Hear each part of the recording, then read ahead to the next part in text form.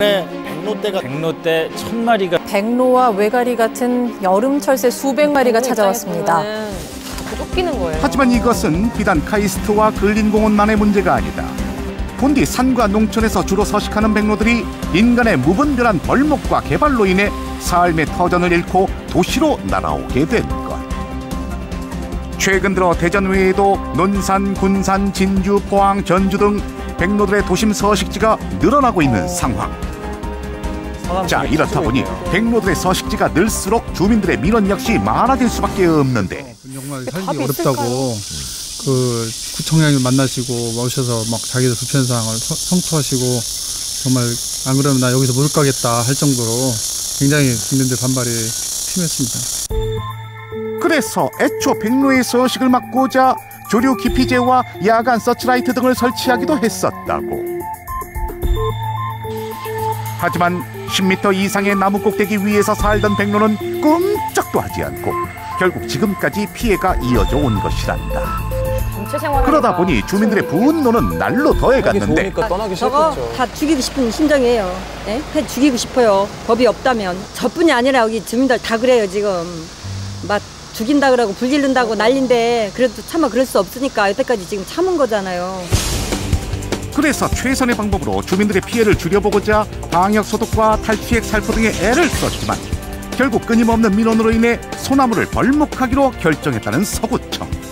과연 백로를 쫓아내는 것 외에 정말 다른 방법은 없는 것일까? 새 때문에 살 수가 없는 건 어떻게 하라니. 공전이 있을 수가 없죠. 새가 중요한 게 사람이 중요하죠. 아니 그럼 앞으로는 어떻게 되는 거야, 썸PD? 소나무 위주로 돼 있는 것은 백로가 서식하기 참 좋습니다. 그렇기 때문에 이것을 다른 수종으로 주민들 의견을 받아서 다른 수종으로 이것을 유도하려고 합니다.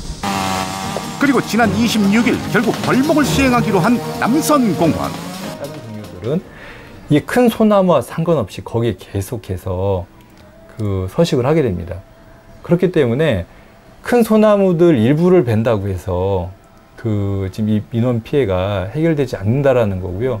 이 자칫 잘못하면은 이게 범위가 더 넓어져서 그 지역에 어떤 피해가 더 커질 수밖에 없는 그런 측면이 좀 있습니다. 환경단체에서는 백로뿐만 아니라 이제는 자연훼손 자체에 대한 우려의 목소리가 나오고 있는 상황. 어려운 문제예요. 수목정비 사업만이 해결책은 아니라는 입장인데. 백로들이 가는 곳마다 이제 이런 벌목이 이어지는 어떻게 보면은 도시의 숲, 도시의 공원들이 계속해서 훼손되거나 사라지는 이런 일들이 지금 반복될 수밖에 없는 그런 이제 상황들도 생각해 볼 수가 있습니다. 우리나라에 이와 같은 피해 사례를 잘 극복한 지역이 있는데 바로 울산의 태화강이 그곳이다.